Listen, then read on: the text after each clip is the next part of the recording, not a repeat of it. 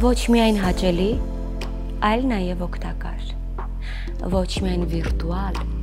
այլ նաև իրական, ոչ միայն մարմնի, այլ նաև հոգու համար։ Բարի ուշ երեկո եթերում սեքսադարանն է, սեռական կյանքի բոլոր նրբությունները պարզ, մատչելի և դասավորված համապատասխան դարակներում։ Եթե ձեր սեռական կյանքում քաոս է, հոգ չէ, ժամանակն է ամեն ինչ իր տեղը դնելու և չքննարկվածի մասին խոսելու, իսկ այս անգամ խոսելու ենք սեքս խաղալիքների մասին։ Սեքս խաղալիքները մեր օրերում համարվում են ավելի շատ իհարկե ժամանցի, իսկ ոմանց բնութագրմամբ սեռական այլասերվածության միջոց կամ տարբերակ, որի օգնությամբ փորձում են բավարարել իրենց սեռական ցանկությունները, երազանքները, ֆանտազիաները։ Այնուամենայնիվ պետք է սկսենք պատմական ակնարկներից և նշենք, որ սեքս խաղալիքները եղել են նաև հնում, պարզապես չեն կոչվել սեքս խաղալիքներ, մեր օրերում դրանք նաև կոչվում են սեքս ապրանքներ, այլ հնում, օրինակ, կնոջ հիստերիան բուժելու համար օգտագործվել են տարբեր տեսակի առարկաներ, որոնք ժամանակի ընթացքում սեռական օրգաններում տեղավորելով փորձել են ստանալ սեռական բավարարվածություն։ Կարող են դրանք լինել տարբեր տեսակի առարկաներ։ Գրականության տվյալներով նաև հիշատակվում են դեպքեր, երբ որպես ֆալոս, արհեստական անդամ օգտագործվել են մրգերի կամ բանջարեղենի տարբեր տեսակներ սեռական բավարարվածության հասնելու նպատակով։ Իհարկե այս առումով սեքս խաղալիքներից օգտվում են ավելի շատ կանայք և հնում էլ ավելի շատ օգտվել են կանայք, բայց դա չի նշանակում, որ տղամարդիկ անմասն են մնում, պարզապես հատկապես հաշվի առնելով այն հանգամանքը, որ շատ դեպքերում կանայք չունեն ամուսնական կյանք կամ մշտական զուգընկեր, իրենք և հնում և հիմա էլ ավելի շատ են օգտվում սեքս խաղալիքներից։ Պետք է նշեմ, որ սեքս խաղալիքներից օգտվելուց առաջ պետք է պարզել պատճառը, արդյոք կա դրա անհրաժեշտությունը, թե ոչ։ Որքան էլ որ անմեղ թվա այդ գործընթացը և կարծիք ստեղծվի, թե ինչ կարիք կա մասնագետի հետ խորհրդակցելու, այնուամենայնիվ շատ դեպքերում անհրաժեշտություն է լինում մասնագետի հետ խորհրդակցելու, որովհետև սեքս խաղալիքները շատ դեպքերում նշանակվում են մասնագետի կողմից սեռական կյանքում որոշ խնդիրների լուծումը ավելի դյուրին դարձնելու համար։ Սեքս խաղալիքները ի սկզբանե ստեղծվել են ոչ թե սեռական կյանքը միմիայն դրանով համալրելու, այլ զուտ սեռական ինչ-որ խնդիրներ լուծելու նպատակով։ Պարզապես հաշվի առնելով մեր օրերի սեռական կյանքի ազատականացումը, սեքս խաղալիքները դարձել են արդեն ոչ այդքան բուժական նպատակներով կիրառվող, որքան որ ժամանցային։ Բայց օրինակ նույն կնոջ անօրգազմիայի բուժման ժամանակ մենք նաև նշանակում ենք հատուկ պրոցեդուրաներ, որի ընթացքում օգտագործում ենք գործիքային միջամտություն, երբ պետք է լինում ակտիվացնել հեշտոցի պատերի զգայունությունը և երբ բուժում ենք հեշտոցային անօրգազմիան, բացի դեղորայքային բուժումից օգտագործում ենք նաև գործիքային միջամտությունը։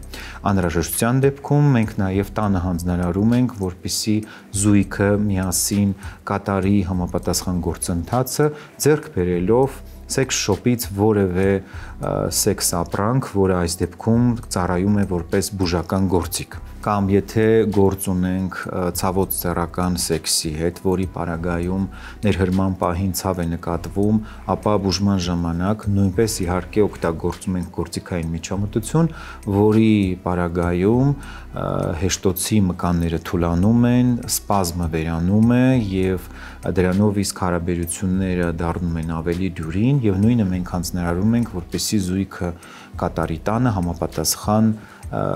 գործիքի կամ սեքս խաղալիքի, իսկ մեր դեպքում իհարկե սեքս ապրանք ձեռք բերելու շնորհիվ։ Այսինքն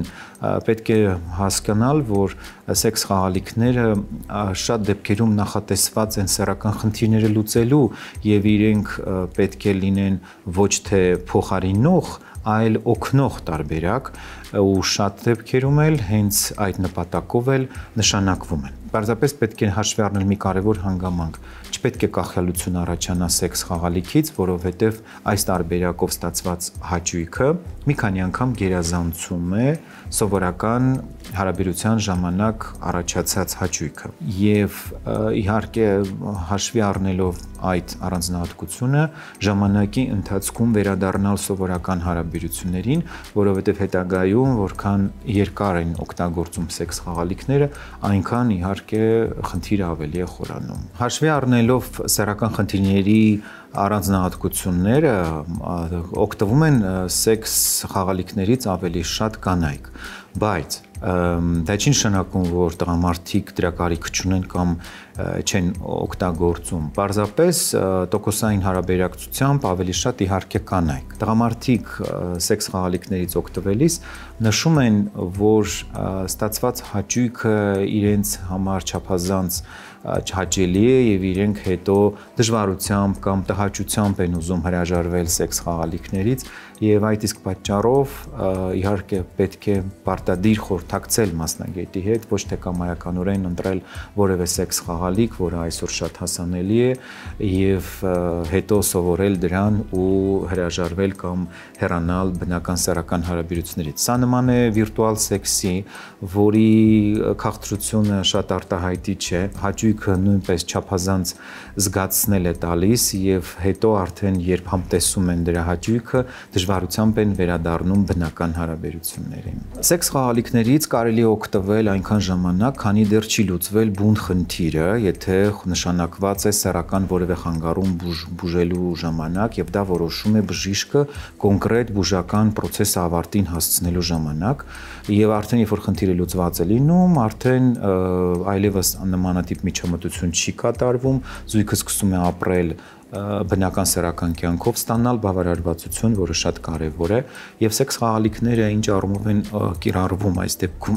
էրոգեն զոնաների ակտիվացման հարցում, իրենք ունեն շատ մեծ նշանակություն, քանի որ ակտիվացնում են քնած էրոգեն զոնաները, հատկապես հեշտոցամուտքի հատվածում։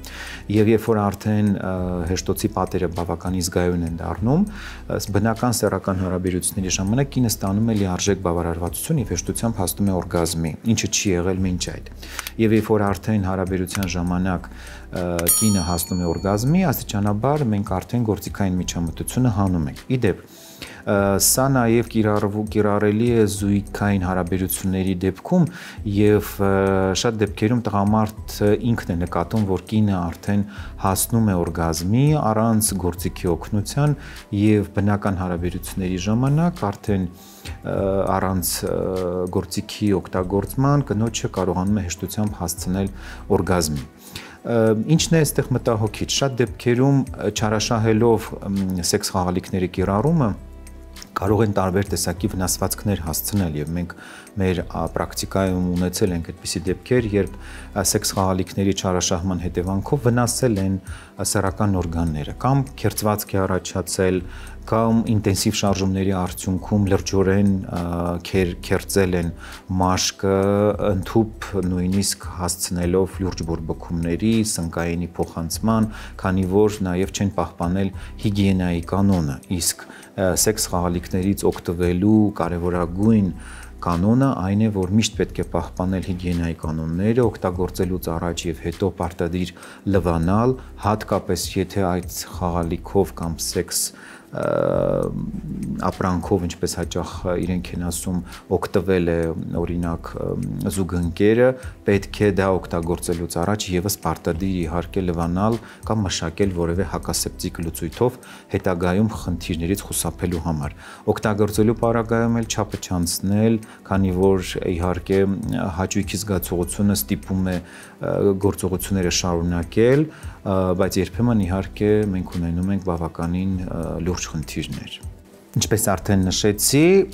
սեքս խաղալիքներից օգտվելուց առաջ եւ հետո իհարկե պետք է դրանք լավ մշակել, լվանալ եւ ցանկալի է իհարկե օգտագործել հակասեպտիկ լուծույթներ, որոնք այսօր բավականին շատ են։ Այս հարցում կարող է օգտակար լինել մեր հաղորդման գործընկեր Հայսամ ընկերության Սետաֆոմ հակասեպտիկ լուծույթը։ այս հակասեպտիկ ախտահանող միջոցը կիրառվում է մաշկի եւ լորձաթաղանթների վարակների բուժման համար, էֆեկտիվ է բակտերիաների, սնկերի ու վիրուսների դեմ պայքարում, իսկ բաղադրության մեջ առկա պանթենոլը կանխում է չորությունը եւ գրգռվածությունը։ Պետք է փրփուրը քսել անմիջապես տուժած հատվածին առանց նոսրացնելու, հետո լվանալ ջրով ու զգուշորեն, բայց լավ չորացնել։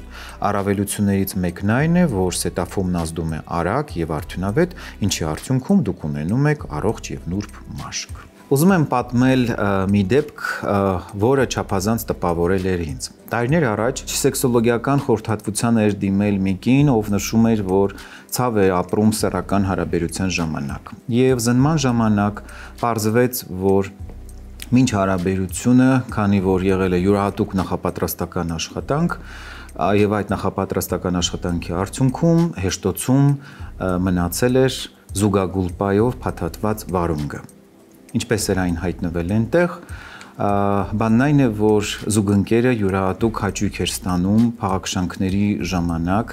սեռական օրգանների հատվածում տարբեր առարկաներ ներհրել եւ այս անգամ, քանի որ սեռական ֆանտազիան շատ ճոխ էր, նա որոշել էր օգտագործել վարունգը եւ նախորդ անգամներում էլ եղել են տարբեր տեսակի մրգերն ու բանջարեղենը։ Վարունգը փաթաթված էր զուգագուլպայի մեջ եւ այն չափսերով փոքր էր ու մտցրել էր ներս, որը անցել էր ներհեշտոցային հատված եւ այնտեղ մնացել։ Վցավից հեշտոցի մկանները կծկվել էին ու փաստորեն հնարավոր չէր դուրս հանել այն, որը առաջացրել էր հետագայում լուրջ ցավ բորբոքում։ Քանի որ դրանից անցել էր համարյա թե 2 օր, կինը դիմել էր մեզ ցավի գանգատով եւ զննման ժամանակ արդեն պարզվեց խնդիրը, որը հեռացնելուց հետո նաեւ պարզվեց, որ ներսային հատվածը լրջորեն վնասվել է։ Սա գալիս է եւս մեկ անգամ փաստելու, որ իհարկե սեռական հարաբերությունները չափազանց կարևոր տեղ ունեն մեր կյանքում, բայց միշտ պետք է իհարկե լինել կրթված ու փորձել գոնե իրազեկվել, թե ինչ կարելի անել, ինչ ոչ, եւ եթե այնուամենայնիվ ինչ-ինչ պատճառներով ցանկություն է առաջանում ինչ-որ մի բան փորձել, կապ չունի զուգընկերոջ հետ թե առանց, իհարկե պետք չի դիմել նմանատիպ ծայրահեղ տարբերակների, քանի որ կա համապատասխան ծառայություն, կարելի է դիմել մասնագետին, խորհրդակցել եւ անհրաժեշտության դեպքում ձեռք բերել որևէ սեքս խաղալիք, եթե չկա իհարկե մշտական սեռական զուգընկեր եւ դրանով իսկ փորձել լրացնել այդ բացը գոնե ժամանակավոր, մինչեւ որ հնարավոր լինի կազմել զույգային հարաբերություններ։ Սեքս խաղալիքների օգտագործման առումով կա եւս մի խնդիր հատկապես մեր երկրում,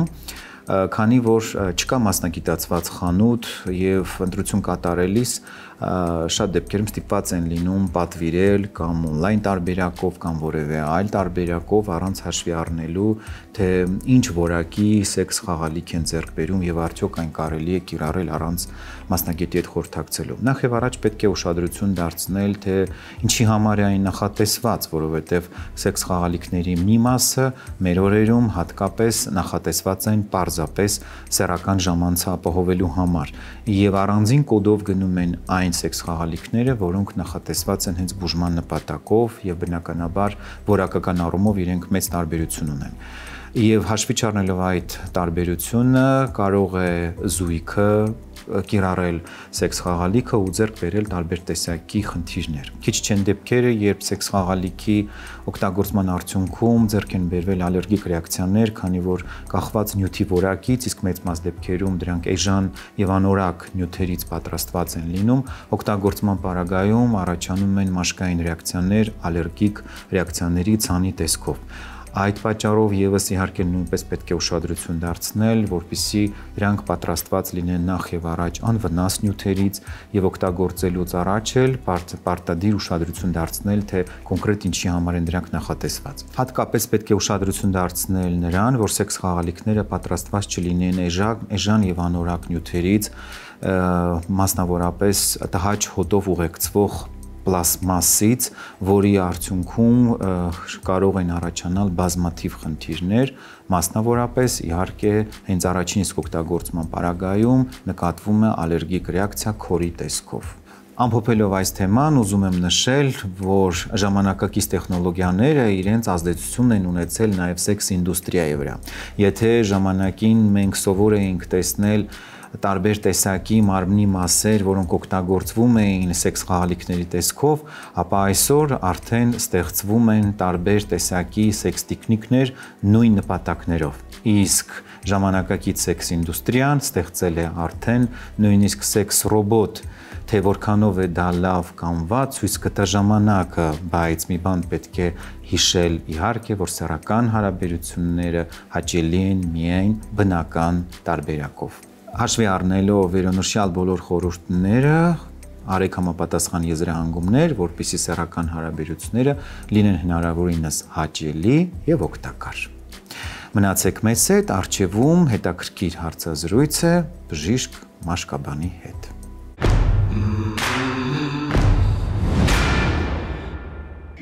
Սեքսի հետ կապված թեմաները առնչում են ոչ միայն սեքսոլոգներին, այլ նաև հարակից ոլորտների մասնագետներին։ Մեր հյուրը բժիշկ մաշկավեներաբան Ռշտուն Բաբայանն է, եւ մենք այսօր խոսելու ենք սեքս խաղալիքների մասին։ Բարի ուշ երեկո։ Ողջույն։ Շնորհակալություն մեր տաղավարում հյուրընկալվելու համար։ Սիրով։ Այս թեման գուցե ամենաչքննարկվածն է մասնագիտական տեսանկյունից, բայց այն չի դադարում լինել իրականության մեջ։ Սեքս խաղալիքները կարող են ոչ միայն հաճույքներ պատճառել, այլ նաև իրենց հետ խնդիրներ բերել։ Ինչպիսին կարող է լինել այդ խնդիրները։ Ինչպես եւ պահպանակների դեպքում, սեքս խաղալիքները եւս կարող են առաջացնել մի շարք խնդիրներ, ալերգիկ ռեակցիաներ, կախված իրենց թե մեխանիկական վնասումից, քանի որ սեռական ակտի ժամանակ շատ ակտիվ կիրառելով կարելի է ուղղակիորեն լորձաթաղանթը վնասել։ Եվ երկրորդը արդեն իրենց մատերիալից, իսկ սեքս խաղալիքները եւս ունեն տարբեր մատերիալներ, կարող են լինել սիլիկոնից, լատեքսից, ապակուց, չժանգոտող պողպատից եւ այլ տարատեսակ մատերիալներից։ Այստեղ պետք է հաշվի առնել, թե եթե տվյալ անձը ունի ալերգիա տվյալ կոմպոնենտների հանդեպ, բնականաբար տվյալ նյութի հետ պետք է շփում չլինի։ Որպեսզի նվազագույնի հասցնեն վատ հետևանքները, շատ կարևոր է նաև ընտրությունը, չէ՞։ Ինչին պետք է ուշադրություն դարձնել խաղալիքները ընտրելիս։ Ինչպես նշեցի, մատերիալին, ձևին, չափսին միգուցե։ Երբեմն չափսի գերազանցումը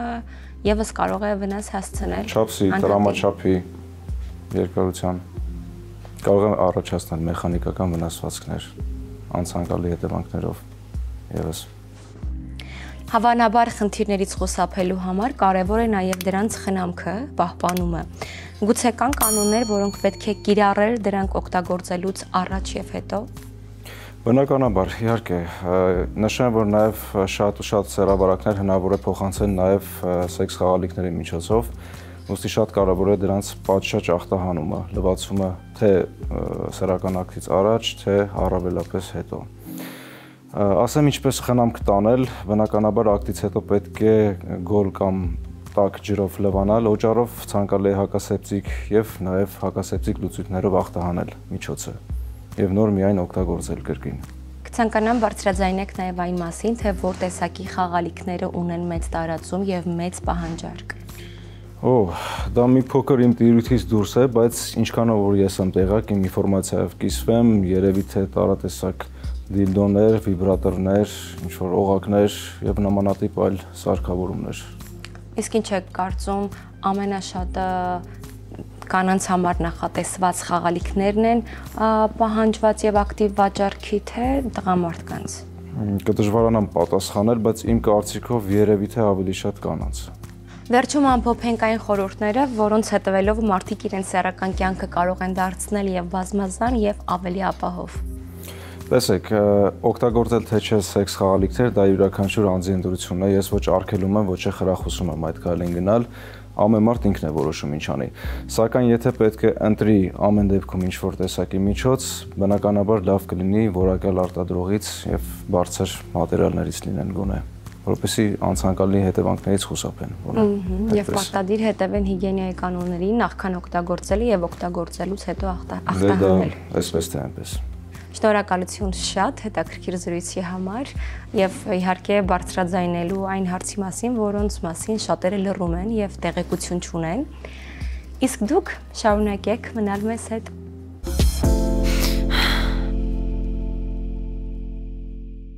Սեռական այբուբեն խորագրի ներքո ես պատասխանում եմ բոլոր այն հարցերին, որոնք դուք ուղարկում եք մեզ։ Շնորհակալություն մեզ հետևելու եւ ակտիվություն ցուցաբերելու համար։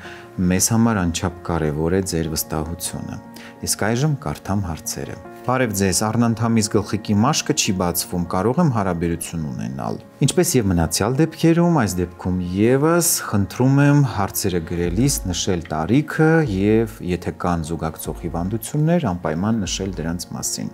Անդրադառնալով հարցին նշեմ, որ եթե մաշկը չի բացվում, ապա կարող է խնդիր ստեղծել հարաբերություն ունենալու ժամանակ, բերելով տղամարդու մոտ սեռական թուլության։ Իհարկե, քանի դեռ խնդիրը չի առաջացել, կարող եք ունենալ սեռական հարաբերություններ, բայց ամեն դեպքում փակված մաշկը արդեն ահազանգ է, որ պետք է դիմել մասնագետի օգնությանը, քանի որ հետագայում դա կարող է ավելի բարդանալ, բերելով արդեն վիրահատական միջամտության։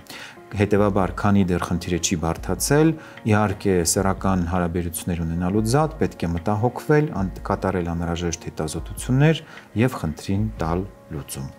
Կարդամ հաջորդ հարցը։ Բարև ձեզ, ես 22 տարեկան եմ, առնանդամս 11 սանտիմետր է, նորմալ է թե ոչ։ Թեև մենք մեր նախորդ թողարկումներում անդրադարձել ենք այս տիպի հարցերին, բայց հաշվի առնելով, որ հարցը նույնպես հնչել է, անդրադառնամ հարցին։ Նախ եւ առաջ պետք է նշել, որ սեռական օրգանները աճում են եւ լիովին ձևավորվում մինչեւ 25-27 տարեկանը։ Այսինքն առնանդամը եւս մինչեւ 25-27 տարեկանը նույնպես ձեռք է բերում իր վերջնական տեսքը, եթե չկան կողմնակի գործոններ, մասնավորապես հորմոնային խանգարումներ, ճարպակալում կամ գենետիկ ինչ-որ խնդիրներ, որոնք կարող են բերել սեռական օրգանների ձևավորման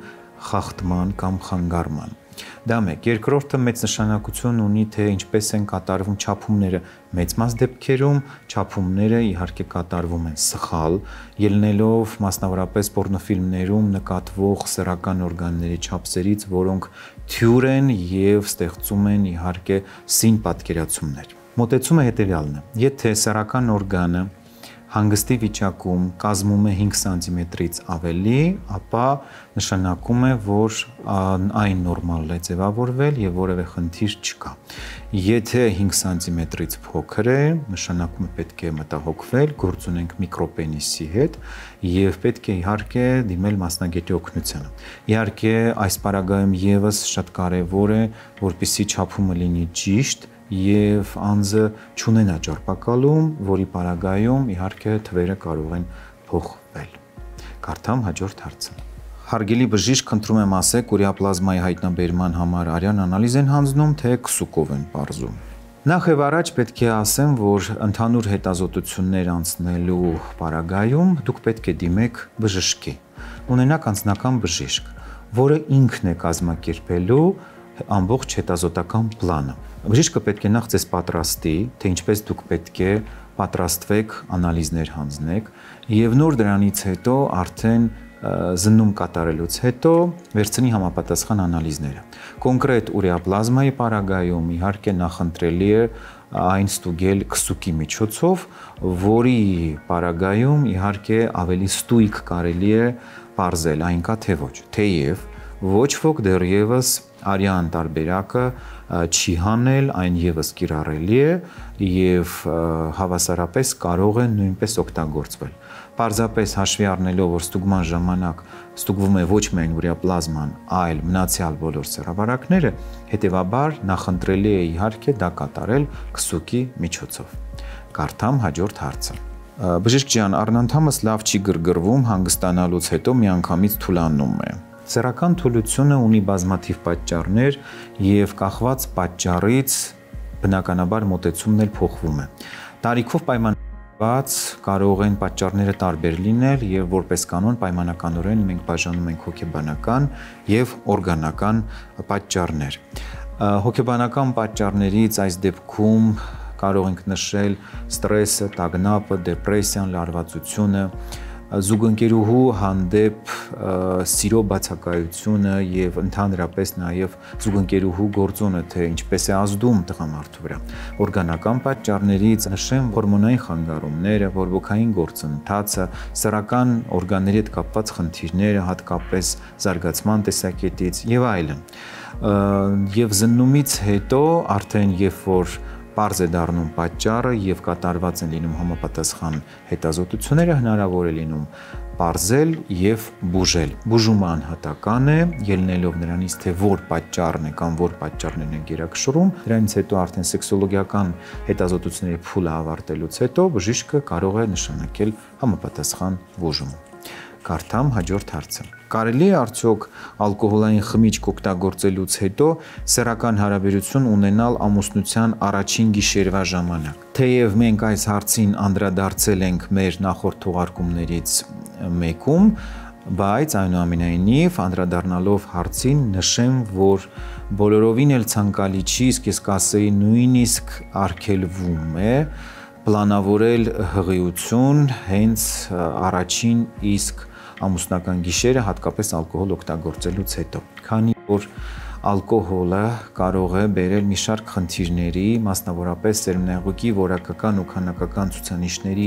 վատ թարացման, հետևաբար հղիությունը այս պարագայում բոլորովին էլ ցանկալի չի, ելնելով այն հանգամանքից, որ կարող են խնդիրներ ունենալ թե պտղի ձևավորման հետ կապված, թե հղիության կրելու։ Բացի այդ, ալկոհոլի օգտագործումը բերում է նաև սեռական խնդիրների, այն կարող է առաջացնել տղամարդու մոտ պոտենցիայի խնդիր, իսկ կնոջ մոտ կարող է հանգեցնել օրգազմի բացակայության։ Հաշվի առնելով վերոնշյալ ցուցումները, պետք է նշեմ, որ ալկոհոլի օգտագործման պարագայում բոլորովին էլ պարտադիր չի փորձել բեղմնավորել առաջին ամուսնական գիշերը եւ այս դեպքում անպայման պետք է օգտագործել պահպանակ։ Հարցին ամբողջական ծանոթանալու եւ ճիշտ պատկերացում կազմելու համար խորհուրդ եմ տալիս գտնել YouTube-յան մեր ալիքում համապատասխան թողարկումը եւ դիտել այն։ Կարդամ հաջորդ հարցը։ Բարև ձեզ, 32 տարեկան եմ, ունեմ սեռական անհակ ցանկություն, դրա հետ մեկտեղ ցանկություն է առաջանում ամորձիները սեղմեմ ու ճզմեմ, որ հանգստանամ։ Ամեն օր հարաբերություն եմ ունենում, հարաբերությունից 10 րոպե հետո նորից ցանկություն է առաջանում։ Գիշերը անդամս մեծանում է ու չի թողնում, որ քնեմ։ 3 տարի է կա այդ խնդիրը, սերմնաղուկի արտահոսք էլ կա։ Հարցն իհարկե յուրահատուկ է եւ պահանջում է մանրակրկիտ վերլուծություն։ Հաշվի առնելով նշված գանգատները, որոնք սովորական ստանդարտից դուրս են, խորհուրդ կտամ իհարկե անհապաղ դիմել բժշկի օգնությանը, պարզելու թե ինչի հետ մենք գործ ունենք։ Այս թեմայով մենք անդրադարձել ենք հաղորդումներից մեկի ժամանակ, որը կոչվում է նիմֆոմանիա կամ դոնժուանիզմ, եւ խորհուրդ կտամ ամբողջական պատկերացում կազմելու համար գտնել YouTube-յան մեր ալիքում համապատասխան հաղորդումը եւ դիտել, բայց մինչ այդ էլ իհարկե անպայման դիմեք մասնագետի օգնությանը, պարզելու թե որ տեսակի հետ մենք գործ ունենք։ Հնարավոր է գործ ունենք հորմոնային խանգարման հետ, որի պարագայում կարող են առաջանալ բոլոր վերոնշյալ գանգատները եւ ժամանակի ընթացքում սկսեն անհանգստացնել։ Կարող է նաև գործ ունենանք այլ դեպքի հետ, որը պահանջի բոլորովին այլ մոտեցում եւ բնականաբար այս պարագայում չգուշակելու եւ չենթադրելու նպատակներից ելնելով պետք է կատարել տարբերակի ախտորոշում, հանձնելով համապատասխան անալիզներ, որից հետո արդեն հնարավոր կլինի պարզել, թե որ խնդրի հետ մենք գործ ունենք։ Կարդամ հաջորդ հարցը։ Բարև ձեզ, ես 23 տարեկան տղա եմ, սեռական կյանքով հաճախ չեմ զբաղվում, բայց երբ ընկերուհուս հետ հարաբերություն ենք ունենում, շատ կարճ է տևում իմ վերջացնելը, իսկ ընկերուհուս մոտ երկար է տևում։ Մենք չենք կարողանում ունենալ առողջ սեռական հարաբերություն, ինչ խորհուրդ կտաք։ Քանի որ նամակում նշված չի սեռական ակտի տևողությունը, որը շատ կարևոր է, կարելի է եզրակացնել, որ գործ ունենք վաղաժամ սերմնաժայթքման հետ։ Մի դեպքում, մյուս դեպքում, եթե սեռական ակտի տևողությունը բավարար է, որը միջինում պետք է կազմի 3-ից 5 րոպե անդամի ներումից մինչև սերմնաժայթքում, ապա այս պարագայում հնարավոր է գործ ունենք կնոջ ուշ գրգռվելու եւ համապատասխանաբար ուշ օրգազմի հասնելու հետ։ Ամեն դեպքում հաշվի առնելով նաև այն միտքը, որ որի համաձայն սեռական կյանքով նամակագիրը հաճախ չի զբաղվում, կարող եմ եզրակացնել, որ գործ ունենք վաղաժամ սերմնաժայթքման հետ, քանի որ սեռական հարաբերությունների հազվագիությունը հաճախ բերում է վաղաժամ սերմնաժայթքման։ Ինչ է պետք անել այս դեպքում։ Նախ հաճախակիացնել սեռական հարաբերությունները եւ դարձնել դրանք հնարավորինս ավելի ռեգուլյար։ Որքան կանոնավոր եւ հաճախակի են սեռական հարաբերությունները, այնքան ավելի շուտ է կարգավորվում ակտի տևողությունը եւ ժամանակի ընթացքում արդեն զույգը սկսում է ստանալ սեռական բավարարվածություն, քանի որ միայն ռեգուլյար սեռական հարաբերությունների ժամանակ կինը կարող է արդեն ժամանակի ընթացքում գրգռվել, խոսքը էրոգեն զոնաների ակտիվացման մասին է եւ հասնել օրգազմի։ Եթե հարաբերությունները ուշ են լինում, բնականաբար կինը ուշ է գրգռվում եւ կարող է եւ օրգազմի չհասնել, իսկ տղամարդը այդ ժամանակահատվածում կարող է ավելի շուտ հասնել սերմնաժայթքման։ Կարդամ հաջորդ հարցը։ Ինչպես անեմ, որ քնած ժամանակ օրգազմ չապրեմ։ Ինչպես եւ մնացած դեպքերում, այս դեպքում եւս խնդրանքս ու հորդորս մեր հարգարժան հարցատուներին հարցերը գրելիս նշել տարիք եւ սեռ։ Այնուամենայնիվ, անդրադառնալով հարցին, նշեմ, որ խոսքը ամենայն հավանականությամբ երազախաբության մասին է։ Վիճակ, երբ կինը կամ տղամարդը օրգազմ են ապրում քնած ժամանակ էրոտիկ երազների ֆոնի ներքո։ Երազախաբությունը լինում է այն դեպքերում, երբ անձը երկար ժամանակ չի ապրում սեռական կյանքով, կամ էլ նախորդ օրերի կամ վերջին ժամանակահատվածում եղել է տարբեր տեսակի սեռական ֆիլմերի կամ գուցե գրականության ազդեցության տակ։ Սա հատկապես նկատելի է ավելի շատ դեռահասային պատանեկան տարիքում, երբ սեռական համակարգը նոր է ակտիվանում եւ սեռական հորմոնները բավականին